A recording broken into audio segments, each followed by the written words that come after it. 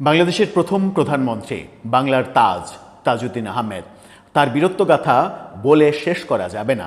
বঙ্গবন্ধুর অনুপস্থিতিতে তার দৃঢ় নেতৃত্বে এবং তার পদক্ষেপে, বিভিন্ন পদক্ষেপে ভারতীয় বাহিনীকে রাজি করা, ভারতীয় বাহিনীকে আমাদের যুদ্ধে অংশগ্রহণ করানো এবং ভারতের মানে কি বলবো যে অভূতপূর্ব অংশগ্রহণ এবং সহযোগিতায় আমাদের যে মুক্তিযুদ্ধ এবং মুক্তিযুদ্ধের বিজয়, এটার পেছনে বঙ্গবন্ধুর অনুপস্থিতিতে সবথেকে বেশি কৃতিত্বপূর্ণ ভূমিকা যার, তিনি তাজউদ্দিন আহমেদ। যদিও তার বিপক্ষের শক্তিগুলো দাবি করার চেষ্টা করেন তাজউদ্দিন নাকি কলকাতায় পালিয়ে গিয়েছিলেন। যাক, সে কথা, সেই বিতর্কে যেতে চায় না। অবশ্য তাজউদ্দিন আহমেদও আওয়ামী লীগ করতেন, আওয়ামী লীগের নেতা ছিলেন, আওয়ামী লীগ সরকারের প্রধানমন্ত্রী ছিলেন, কারণ তখন তো আওয়ামী লীগ ছাড়া কিছুই ছিল না। তার স্ত্রী জোহরা তাজউদ্দিন আওয়ামী লীগের দুঃসময়ে ৭৫-এর পরে আওয়ামী লীগকে ধরে রেখেছিলেন, আওয়ামী লীগের কাণ্ডারি হিসেবে থেকেছিলেন। তার কারণে আওয়ামী লীগটা টিকে ছিল ঠিকভাবে। মানে তার পরিবার, আওয়ামী পরিবার, যদিও পরবর্তীতে আমরা দেখেছি যে সোহেল তাজ এবং তার বোন ২৪-এর আন্দোলনের আগে পরে এই সময়টাতে তাদের নানা কর্মকাণ্ড আওয়ামী লীগ বিরোধী কর্মকাণ্ডে পরিণত হয়েছে, সেগুলোও আমরা দেখেছি। তার পেছনে সোহেল তাজ এবং তার বোনের অনেক ক্ষোভ রয়েছে, সেই বাস্তবতা জানি, সেই বাস্তবতা নিয়ে আলোচনা করতে চায় না। ২৪-এর ৫ আগস্টে শেখ হাসিনা সরকার পতনের পরে বঙ্গবন্ধুর ওপরে সব থেকে বেশি আক্রমণ হয়েছে। আর একটা বড় আক্রমণ হয়েছে মুক্তিযুদ্ধের ওপরে। প্রফেসর ইউনূস সরকারের আমলেও দেখেছি যে তাজউদ্দিন আহমেদের নামে কলেজের নামকরণ সেটাও পরিবর্তন করেছে। বঙ্গবন্ধুর নামে কিন্তু কিছুই রাখেনি, বেগম মুজিবের নামে কিছুই রাখেনি। মানে বঙ্গবন্ধুর নামে যদি না রাখে তাহলে অন্যগুলো তো প্রশ্নই আসে না, সেগুলো খুব একটা সমর্থনযোগ্যও না। বঙ্গবন্ধুর নামে কিছু জায়গা তো থাকা উচিত। স্বাধীনতার মহান নেতা তিনি, যার কারণে বাংলাদেশটা স্বাধীন হলো, তাকে এই ন্যূনতম সম্মানটুকু দেওয়া উচিত ছিল, যেটা প্রফেসর ইউনূস দেননি। সেটাও ওই শেখ হাসিনার ব্যর্থতার সঙ্গে মিলিয়ে গুলিয়ে ফেলা হয়েছে। এবার দেখছি যে যখন বিএনপি সরকার ক্ষমতায়, তখনও তাজউদ্দিন আহমেদের নাম মুছে ফেলার একটা চেষ্টা, এবং এই চেষ্টা এতটাই বিতর্কের জন্ম দিয়েছে এবং এই চেষ্টার পেছনে একটা ব্যবসা লুকায়িত আছে বলে গণমাধ্যমে যখন প্রকাশিত হচ্ছে খবর, তখন আমাদেরকে হতাশ হতে হয়। একটা পার্কের নাম, গুলশানে একটা পার্কের নাম যেটা শহীদ তাজউদ্দিন আহমেদের নামে নামকরণ, সেই পার্কের নাম কেন বদলাতে হবে? কেন সেটার নাম মানে নাম ফলক থেকে তাজউদ্দিন আহমেদের নামটা সরিয়ে দিতে হবে? মানে তাজউদ্দিন আহমেদের মধ্যেও কি ফ্যাসিস্টের গন্ধ খুঁজে পাওয়া শুরু করেছে অতি উৎসাহী কেউ কেউ? আর এই অতি উৎসাহী কেউ কেউ এই কর্মকাণ্ডগুলো যখন করছেন, তখন কি বিএনপি সরকার অনেক বেশি বিব্রতকর পরিস্থিতির মধ্যে পড়ে যাচ্ছে না? চলুন একটু আলোচনা করে বুঝে দেখার চেষ্টা করি যে বঙ্গবন্ধু, মুক্তিযুদ্ধ, এগুলোর পরে তাজউদ্দিনও কিভাবে ফ্যাসিস্টের দোসর হয়ে গেলেন। থাকবেন পলিটিক্স টিভির নিয়মিত আয়োজনে।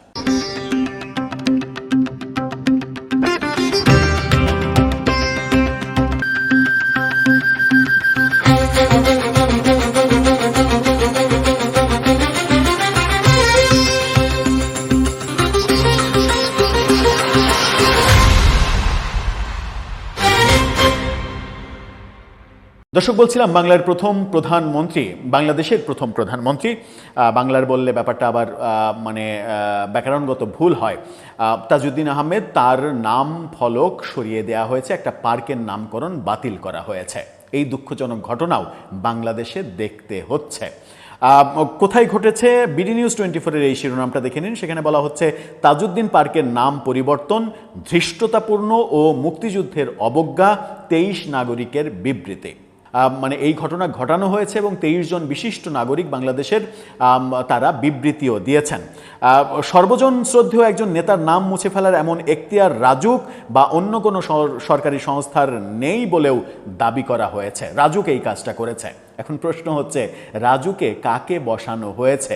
কারা এই কাজগুলো করছে? এই কাজগুলো করে কি সরকারের সম্মান বাড়ানো হচ্ছে নাকি কমানো হচ্ছে?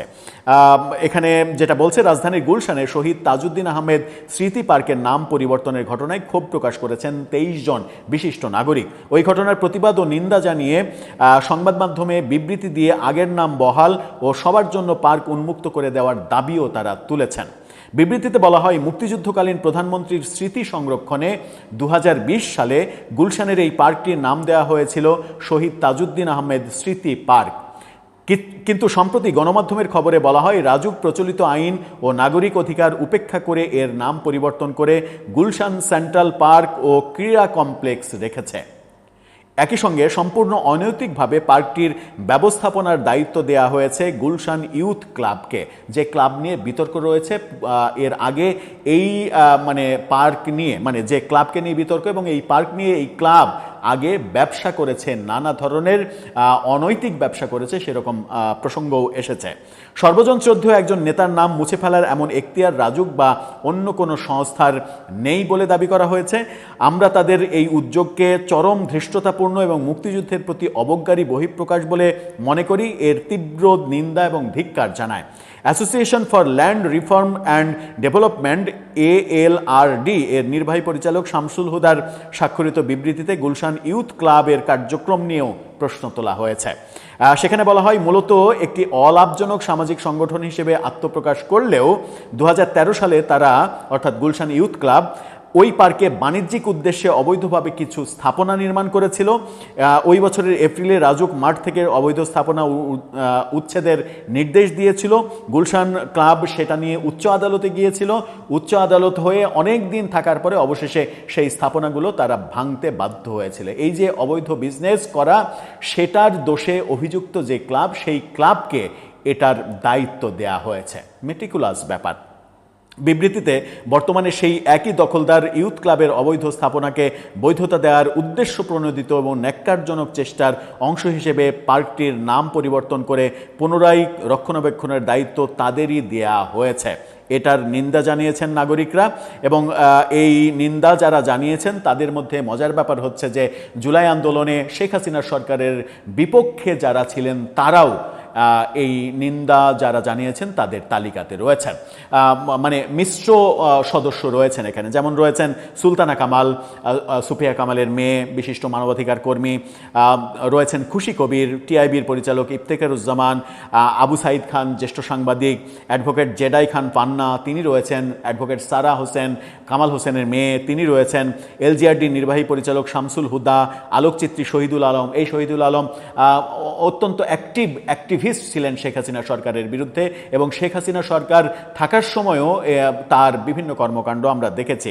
অ্যাডভোকেট সুব্রত চৌধুরী, ঢাকা বিশ্ববিদ্যালয়ের আইন বিভাগের অধ্যাপক সহ আরও অনেকেই রয়েছেন। হিন্দু বৌদ্ধ খ্রিস্টান পরিষদের নেতারা পর্যন্ত রয়েছেন। 23 জন এই বিবৃতি দিয়েছেন এবং বলেছেন যে একটা ক্লাবকে এই পার্কের রক্ষণাবেক্ষণের দায়িত্ব যখন দেয়া হয়েছে, যে ক্লাবের বিরুদ্ধে পূর্বে অনৈতিক কর্মকাণ্ড, অনৈতিক ব্যবসার অভিযোগ রয়েছে, আদালতে পর্যন্ত যেগুলো গড়িয়ে তারা রক্ষা করতে পারেনি, সেটা যখন করা হয়েছে তখন এটা অবশ্যই অনৈতিক, এটা থেকে বিরত থাকতে হবে। এবং সরকারের প্রতি আবেদন জানানো হয়েছে যে তাজউদ্দিন আহমেদের নাম নিয়ে কোনো ধরনের অসম্মানজনক কর্মকাণ্ড করা ঠিক হবে না।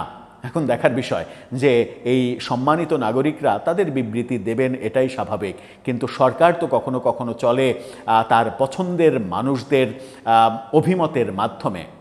এখন দেখার বিষয় সরকার কতটা তাজউদ্দিন আহমেদকে বাংলাদেশের প্রথম প্রধানমন্ত্রী হিসেবে সম্মান দেয়। যদি সম্মান না দেয় তাহলে আওয়ামী লীগের আমলে তৎকালীন মুক্তিযুদ্ধের অন্যতম বড় ভূমিকা পালন করা তৎকালীন মেজর জিয়া, তাকে যে সম্মান দেয়নি আওয়ামী লীগ, তাহলে কি এটা প্রমাণিত হবে যে এই সম্মান না দেওয়ার যে প্রক্রিয়াগুলো এগুলো সবই ঠিক?